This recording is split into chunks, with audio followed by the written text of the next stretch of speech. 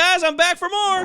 I know, people said it wouldn't be done. People said it wasn't possible, but Michael Govier has returned. This is Govier's Fantasy Land. That's the playlist where you can find all my videos on the Triple Play Fantasy channel. Sub it, love it, like the videos, rate them, love them. They're really good people. Follow them on Twitter at Trip Play Fantasy. I'm at MJ Govier on Twitter. Follow me. Ask me questions about anything, not just fantasy football. You can DM me and I will respond to you. Even if you have utter, total disregard for me, I'm still down. NFL Week 3, I want to talk about sleepers. Oh, God. It's such a played out term, isn't it? I know it is. Don't be that guy. Yeah, I'm being that guy. I'm using the term sleepers because I could use underdogs, unsung heroes. I could say Bran the Broken. You know, he was an underdog. People didn't expect him to become king at the end of Game of Thrones, but there he was.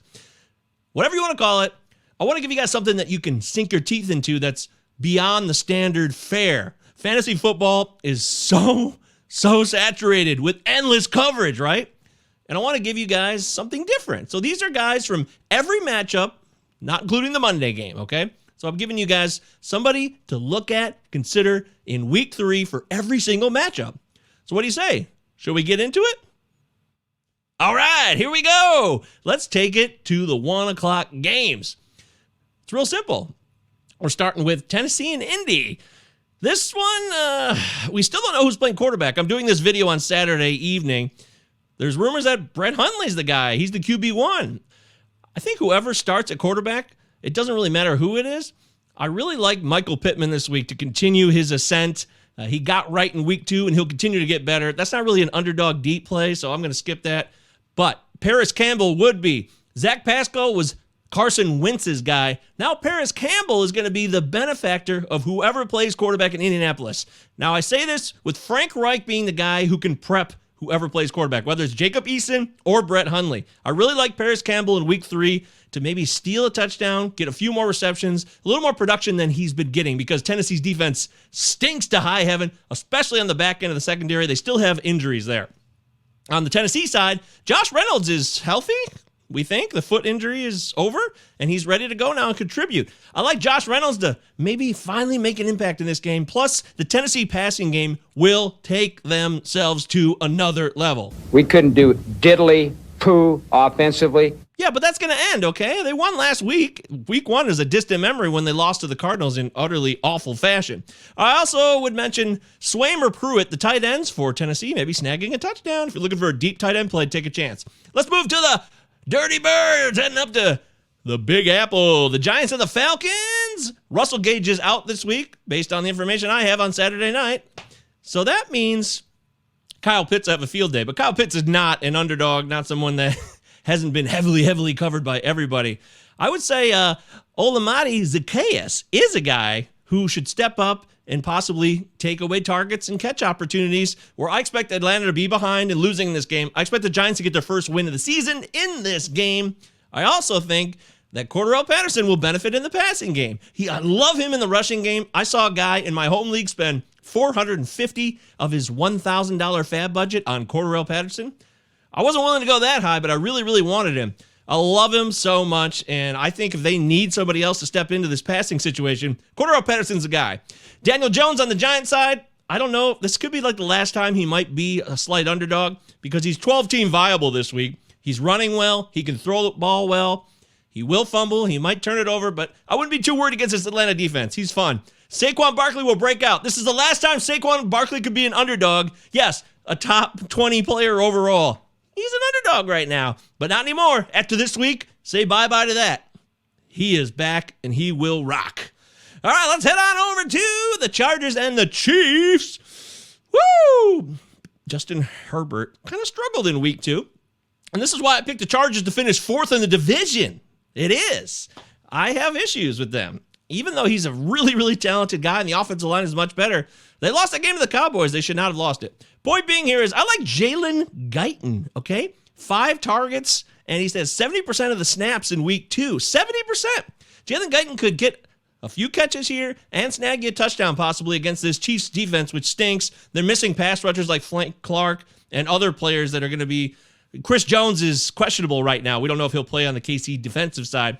I also like Donald Parham to maybe usurp Jared Cook a bit here. Keep an eye on Donald Parham. He's close in the snap count, and number of times he's playing. It was 48 to 59 in week 2, and he could also steal a touchdown. As far as the Kansas City wide receiver situation, we saw Byron Pringle score a touchdown. We saw Demarcus Robinson contribute on Sunday night in that weird loss to the Ravens. What a wild game that was. I like Demarcus Robinson. He's on the field much, much more than Pringle. If you're thinking Pringle's a guy who's the sleeper, the deep play here, it's not. It's Demarcus Robinson. McCole Hardman still getting the second most opportunities as the number 2 wide receiver. Demarcus Robinson's clearly number 3. I like him to have a really nice game against the Chargers. Let's head on over to Steel City. The legends, the Rooneys, people who have dominated football for decades upon decades. The Bengals are going to be without T. Higgins. He's very doubtful right now. I do not expect him to play. Mike Thomas could fill the void there. Mike Thomas could sneak up, take away some opportunities. But I actually prefer the tight end, C.J. Uzomah. I love this guy. He's very talented, and I just want to see him get some more opportunities. I think this is the game. No T. Higgins. The tight end steps up and takes control. Forget Drew Sample. Forget Mike Thomas. I like C.J. Uzomah to have a nice week. Touchdown, maybe 5 catches, something real juicy for you. I feel good about it. I'm feeling it. Don't be that guy. Well, no, you should be that guy. Take a chance. Get out there, take a risk. That's what I say. As far as Deontay Johnson being out on the Pittsburgh side, that means it's Pat Freiermuth season. I love Pat Freiermuth. I watched him play at Penn State. He's huge, but he's strong. He can move, and he's got great hands. And he is out-snapping Eric Ebron in both weeks so far. I think this is the week where he takes it to another level against the Bengals defense, which is decent, not great at all. And I think Big Ben likes him a lot. With Deontay Johnson being out, I wouldn't turn to James Washington. I think Pat Freiermuth is going to benefit from this situation. I love him. I'd start him everywhere in almost any type of league as a tight end, a legit TE1. Not overall, but for your starting squad. All right, we got the Browns and the Bears. Boy, that's old. I don't know how old you are if you're watching this. The Bears is pretty old, but it is kind of legendary, so I don't know if you know what I'm talking about. Anywho, Justin Fields is returning. Justin Fields is back for more in his former state where he played some great college ball in Columbus as a Buckeye. But the Browns are going to be ready for him. But I do like Justin Fields as a deep quarterback play here. I would say 16-teamers or deeper. You could actually start Justin Fields. He's going to do a lot with his legs. And I love his long-term value. I mean, dynasty. God, I'm salivating at his dynasty value. He's going to be a really good quarterback. He will. I actually believe in Matt Nagy. You may think I'm mental. That's cool. Cole Kmet's going to be the guy who benefits. Watch out. Darnell Mooney and Marquise Goodwin are both questionable this week. I want to see how that plays out once they go to kickoff. But Cole Kmet, we all thought last week would be a really good week for him. Didn't work out because of the injuries at quarterback. I think this is the week. This will be a really nice week. Justin Fields is going to depend on him heavily. He's already getting a lot of the target shares at tight end. I love it. And there's a deep flyer is a Damiere Byrd. If one of these wide receivers for the Bears sits out, or if both of them do, Damiere Byrd has been getting opportunities, and he will ascend to the number 2 position behind Allen Robinson. He really will. Just think about it. OBJ will play, but I'm concerned about what we'll see for him this week. Baker Mayfield has a shoulder injury. I'm also concerned about that. That is bringing me some fear. I am really wondering if the Browns are just going to run the ball. No, I'm serious. The Browns running the ball. What a shocker, right? But there's no secrets with the running game. It's Chubb and Hunt. I'm concerned about how can we get passing opportunities here? That's where the sleepers lie in this game. Rashard Higgins was a valuable guy that I actually started in a couple weeks, middle to late last fantasy season.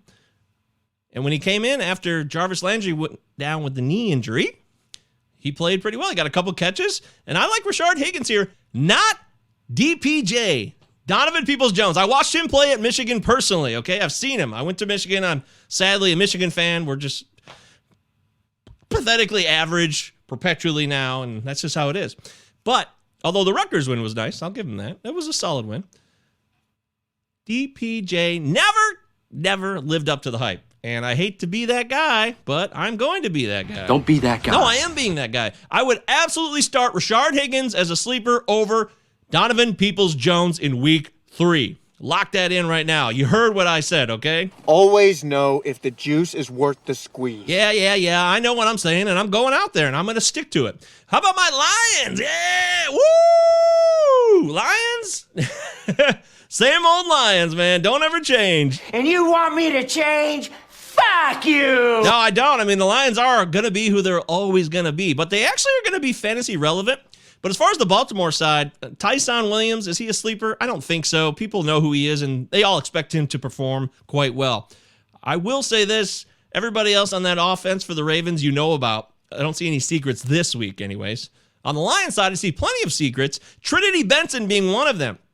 He got some more playing time in the Week 2 loss at Lambeau Field, and it seems like the Lions like this guy, and they want to get him some more snaps to see what he can do. It's a great name, Trinity Benson. That's beautiful. And I like him in garbage time to really stack up some stats late in this game. But the clear sleeper who's probably no longer an underdog, an underrated player, is Quintez Cephas, the product out of Wisconsin. On Wisconsin, huh? Boy, that was a bad loss against Notre Dame. Whew. But Quintez Cephas has been very, very good. He's been getting opportunities. He's been touchdown dependent. That's true. We covered that with my pal Kev Maserigian on my show you can listen to, by the way. The Fantasy Football POV. It's available everywhere podcasts are now on the air. And on Week 3's episode, Kev said that Quintez Cephas was too touchdown dependent. There might be some truth to that. In fact, there is. But I think there's more developing here between him and Goff. And there's going to be garbage time. Baltimore should control this game for the most part. I expect them to blitz Goff a lot, which is going to be bad news for Goff because he's like the worst at handling the blitz. So that could be bad news. But once they lay off in the fourth quarter, I see a lot of fun here. You might have to wait for some of these points, but I expect Cephas and Benson to be sleepers in Week 3.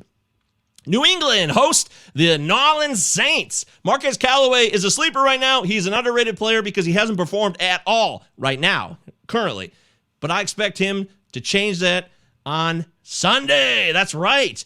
Bill Belichick's going to focus on Alvin Kamara. He's going to try to stop the guy. That's what Belichick does. We all know that. He tries to stop one dude. So give me Marquez Callaway to get the ball rolling here. I'm very excited about that. Maybe some Adam Troutman too, but I really want to see what the tight end snaps are between Juwan Johnson and Adam Troutman. I'm slightly concerned about that because Johnson almost outsnapped Troutman in Week 2.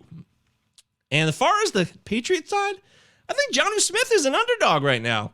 He's kind of being devalued because Mac Jones has been blah, and it was also a hip injury that limited Jonnu Smith in Week 2. But he's had 5 targets in each game, and I expect that to continue against the Saints defense, which is actually pretty good. But Mac Jones is going to lock in on Jonnu and Hunter Henry. I like both of them, frankly. I just don't think Hunter Henry is much of a secret anymore, and Jonnu Smith seems to be becoming less cool right now. And that's what this video is all about. The people that are less cool are less focused on. So give me some Jonnu Smith for a touchdown, maybe 5 or 6 catches in Week 3 against the Saints. All right, let's go to Jacksonville, where the Cardinals are coming to town. Cross-country trip from Arizona. Max Williams, tight end, start him. He is going to be a part of this offense moving forward. He's got talent. He just never quite lived up to it. I love him as a sleeper this week. I also love A.J. Green, not Rondale Moore. Rondale Moore's getting too much hype now, and he is very, very talented. He is special. But A.J. Green is going to get the consistent underneath plays. That's how I see this playing out. Rondale Moore, big play guy, and if they're there, they will happen. But when they're not, it's not going to be as consistent in terms of PPR production. And PPR, I love A.J. Green. And most of the time I'm talking about PPR. I want to be clear on that as well. I'm a PPR guy. That's what I do. I don't play standard, really.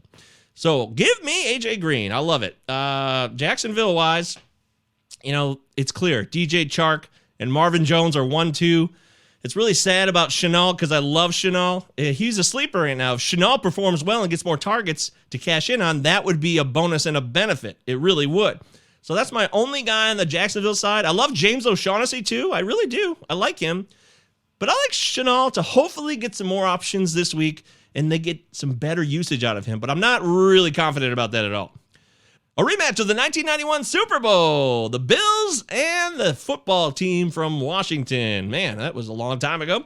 Tyler Heineke is a valid and worthy starting quarterback, and you should be starting him. I'm saying at least in 14-team leagues.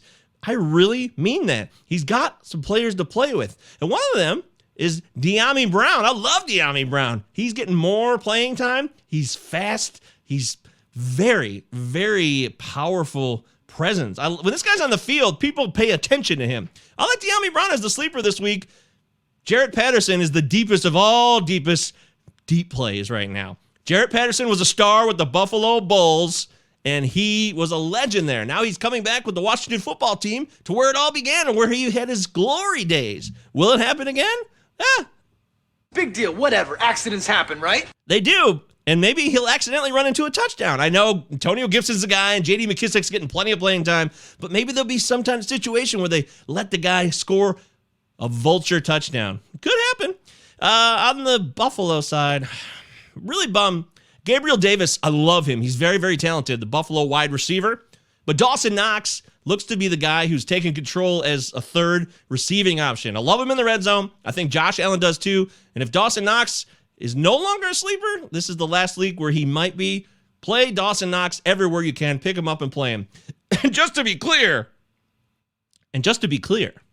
Devin Singletary, yeah, he is the guy. And I think he's a sleeper and an underrated football player only because everyone seems to dismiss him. But Devin Singletary is clearly outsnapping Zach Moss for now, and he's getting the opportunities, and he's much better in the passing game. So play Devin Singletary. Play him all day, because this Washington defense is way overhyped in the preseason. Way overhyped. All right, let's head on the Mile High, where the Denver Broncos are hosting the inept Jets. Going to be a long day for Zach Wilson. That's the assumption here, but I actually see that becoming a reality. However, Michael Carter should have some nice opportunities, especially in garbage time. He's the most talented running back. Start Michael Carter where you can. He's a definite flex option, in my opinion, here everywhere. And Braxton Barrios. Until Jamison Crowder is active on this roster for a game, Braxton Barrios is quite an impressive guy. Yeah, you might be stunned by that, but he gets a lot of targets. We saw it in week 2. He's a valedictorian at the Miami School of Business. A smart dude, a great route runner, and he's going to be the slot guy until Jamison Crowder is healthy. Over on the Denver side, KJ Hamler. This is a big week. I'm liking KJ Hamler. He's been on the field a lot. He just hasn't cashed in. He had an unfortunate drop of a touchdown in week 1. In week 2, he was out there. He just didn't get a lot of targets. This is the week he gets some more targets. They get him in the mix. I'm loving it. And then another one is Albert Oweyunbunam. That's right. He's from Missouri. He is a young tight end. Noah Fant gets all the love, but Albert is a really talented guy, and he's getting more and more of the snap opportunities in Denver. And with the fact that Jerry Jeudy's been out, they're playing more 2 tight end sets, and I like Albert. Yes, I'm going to say it. Albert Okwuegbunam to get more opportunities in week 3. I'm thinking a touchdown here. I'm really liking him as a deep tight end play if you need someone to start. Look into it. How about in Las Vegas where the Dolphins come into town with Jacoby Brissett as the quarterback now? It is no longer Tua. He's on the IR for at least 3 weeks. Last week, Miami got shut out 35-0. We couldn't do diddly poo offensively. That is very much true. They were not able to do anything offensively, but I like Jacoby Brissett with a week of prep and Brian Flores. Remember, they beat the Patriots on the road in week 1. So there is a solid coaching staff, and Jacoby Brissett to me is always underrated. He's got 31 passing touchdowns and 12 additional rushing touchdowns in his career to only 14 interceptions. So this guy can produce when he gets time and with the right coaching staff. So I love Brissett as an actual super flex play this week, and depending how deep your league is, he would start at quarterback for you. I actually think he will produce. I'm not afraid of the Raider defense this week. I actually expect kind of a letdown from Oakland. I did it. From Vegas this week. As far as the Miami wide receiver situation, Will Fuller is the underdog, and I really feel for him. He had some personal stuff going on with his family. I hope all is well for you, Will. And I'm rooting for you. If you're healthy and you're going to play in week 3, Jacoby Brissett is going to look for you, and I'm expecting Will Fuller to thrive. This is bad news for other wide receivers like Preston Williams, who would be a much deeper play. I would be concerned about that. Devontae Parker, Jalen Waddle, and Will Fuller. That's plenty of wide receiver talent to go around. So Kenyon Drake is going to try to get vengeance against his former team, his former team this week. Peyton Barber got several carries last week, but some of it was in garbage time, and they had kind of had the Steelers in control in the week 2 victory for the Raiders. So Peyton Barber is a threat. I will admit that. In fact, he's a super deep play at running back. But to me, Kenyon Drake is the guy. Kenyon Drake is the guy who still gets the chance here. And I consider him an underdog slightly because he's not Josh Jacobs. He really isn't. And if you want a wide receiver, how about Bryan Edwards? He has 7 catches on 8 targets. I expect more of Bryan Edwards in week 3, but it all depends on Derek Carr's health. He's going to play, but that ankle is an issue. And if it affects him and you notice it in his play, don't be surprised if things go way south for the Raiders passing game. But if Carr is okay and comfortable enough with it, I like Edwards a lot this week. How about Seattle and Minnesota? Minnesota is 0-2, and now they're on the verge of being 0-3 after a terrible, heartbreaking missed kick by Greg Joseph at the buzzer in week 2. Freddy Swain of the Seattle Seahawks had a big touchdown last week against the Titans. I like Freddy Swain. He got a huge chunk. He is clearly number 3 wide receiver on this team, playing a lot of snaps. And I expect another big score from him and a few catches to go along with it because Minnesota's pass defense is suspect. And the run defense, not bad. But I expect this to be Russell Wilson dominating. So that means Freddy Swain is involved. Russell Wilson is 7-0 against the Vikings, just in case you didn't know that. Alex Collins could vulture a touchdown from the running back side as well. Obviously, it's Chris Carson's world, but watch for Alex Collins to get a few carries. He had a nice 25-yard run last week against the Titans, so keep an eye on that. On the Minnesota side of things, KJ Osborne. Yes, he's still an underdog. This could be the very final week, though. He is really performing well when he's getting the opportunities, which has been both weeks. He's cashing in, scoring touchdown, making catches. His stat line is growing every week, something I'm really impressed by. This is the last week to even consider him to be a slight underdog, I think. It's really kind of a stretch, to be honest with you. KJ Osborne's awesome, and Ty Conklin is the tight end for Minnesota. He has 8 targets. Watch for Ty Conklin. There's a tight end that plays in this offense and starts.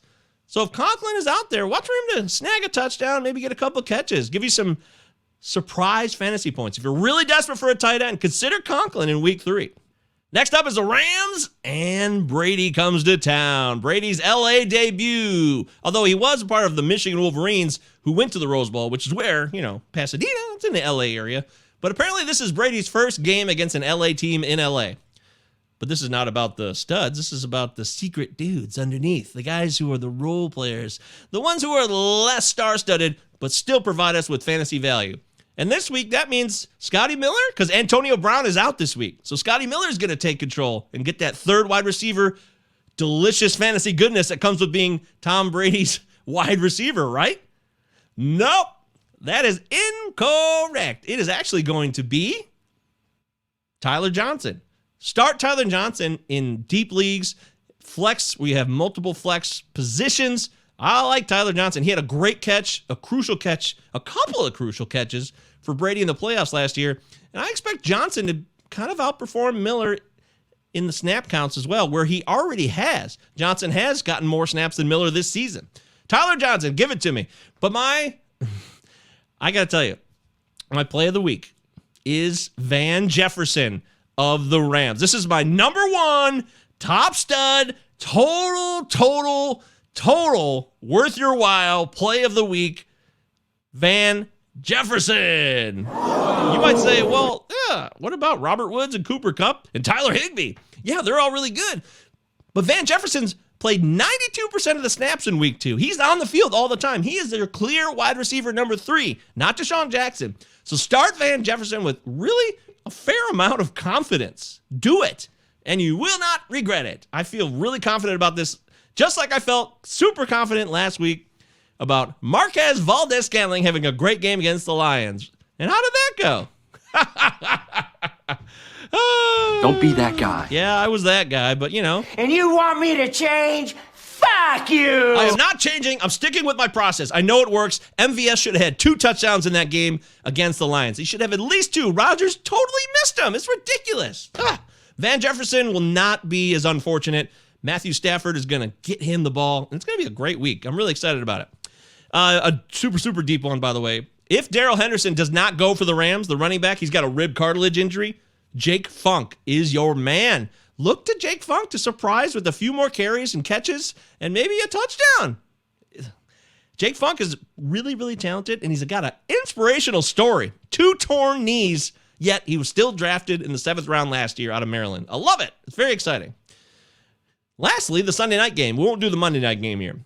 Green Bay at San Francisco. Marquez Valdez-Scantling got screwed last week, as I just laid out. So I'm starting MVS. I love him this week. He's been getting the targets. He just has not been able to cash in, and it hasn't been his fault. Trust me, MVS is going to break out one of these games. We all know it's going to happen, and I like it to happen on Sunday night. Here's an interesting one, though. Mercedes Lewis, the super vet. He's been around for a long time. Long-time Jacksonville Jaguar. He's the best blocking tight end on the team, according to head coach Matt LaFleur. And they really like using him a lot. He's been out snapping in week 2, Robert Tonyan. So what if Mercedes Lewis snags a touchdown, gets a few balls at the goal line? If you're looking for a deep tight end red zone play, I mean, Tonyan's talented, I agree, but they're using Lewis a lot. He's a team captain on the Packers. Did you know that? So I like Lewis to sneak a touchdown possibly in a very tight game. This should be an intense, high-pressure game. Week 3, early in the season, but both these teams have Super Bowl aspirations. And then on the side of the 49ers, it's real simple. The running back situation. You got Elijah Mitchell's not going to play. JaMychal Hasty's out. It looks like Troy Sermon's day. It's going to be a sermon on Sunday evening in San Fran, just like I'm sure Chris Berman would say. But will it? I don't know. He got cleared from concussion protocol, and he's definitely talented. I know that. As a Michigan fan, I see him at Ohio State. He was dominant. But what about Kyle Juszczyk? Now, Kyle Juszczyk is always the fullback, the blocker. He does get a few carries here and there. What if they want to rely on him a little bit more because they trust him right now in a key game? Think about it. Consider it. I know it's deep and crazy and wild. I'll say that. But then the other one's going to be more wild. Kerryon Johnson. Kerryon Johnson is active on the roster now, and he will suit up for this game. And I really liked him as a Lion. It didn't quite work out. He showed flashes of brilliance, but it didn't quite work out here. And then he's been cut by a few teams since then. But he's going to be on the active roster. We all know that Kyle Shanahan can make magic happen with running backs. He just can. If there's any type of talent, he can do it. But that also means that Trenton Cannon could very much be more involved because he's been with the team a week longer than Kerryon Johnson has. Trenton Cannon was with the Ravens week 1 when they lost to the Raiders. He was cut after that game, and the Niners picked him up during that week. So Trenton Cannon could be a PPR situation if you need a running back, a very deep running back, who will get playing time. So the question is, do you trust Kerryon Johnson more, or is it Trenton Cannon? One of these guys is going to do something on Sunday night. I just know it. But I'm not sure which one it is. And that's the best I can give you right now. Woo! Boy, that was a lot of work, but I loved it. I hope you enjoyed it. I'm Michael Govier. Follow me on Twitter at MJGovier. G-O-V as in Victor, I-E-R. And, of course, the Triple Play Fantasy channel. Sub us, like the videos, share it around. Let us know what you think. Ask me questions. I'm always available. I love talking about this stuff. Thank you so much, guys. I hope you all have a wonderful week 3 in the fantasy football realm. We'll catch you later.